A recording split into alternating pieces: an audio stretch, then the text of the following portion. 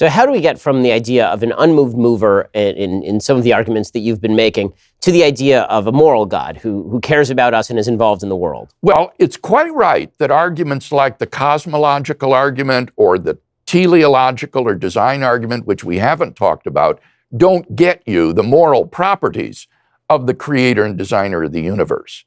But the moral argument and the ontological argument do.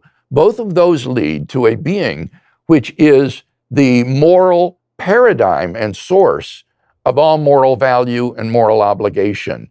And so those arguments complement the cosmological and teleological arguments by telling us something about the moral properties of the creator and designer of the universe. Now, looking at those properties, what makes that being a God of mind? What makes that, and what makes that being constant, meaning like present now, as opposed to the kind of deistic conception of a God who laid things in motion, maybe embedded moral codes within us, and then walked away? What makes God something that is present in the universe at the moment on any level? Okay, now there's a couple of questions there. First, with regard to why I think this is a mind, most all of the arguments that I just shared do lead to a personal, intelligent creator. The first argument does. The teleological or design argument leads to a cosmic intelligence that has created the world.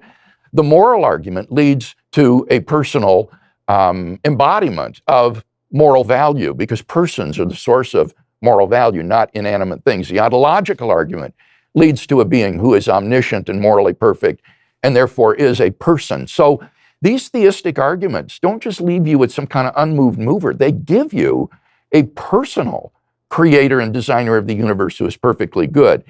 Now, some of them give you a being that is metaphysically necessary. The second version of the cosmological argument that I mentioned leads to a being who exists by a necessity of his own nature and therefore cannot fail to exist. The moral argument leads to a being who is the paradigm and source of all moral value. Now, if you believe that some moral values are necessary, which most ethicists do, that means this being is also necessary in its existence. And therefore, having demonstrated that a being like that exists, it cannot fail to be present in the world today.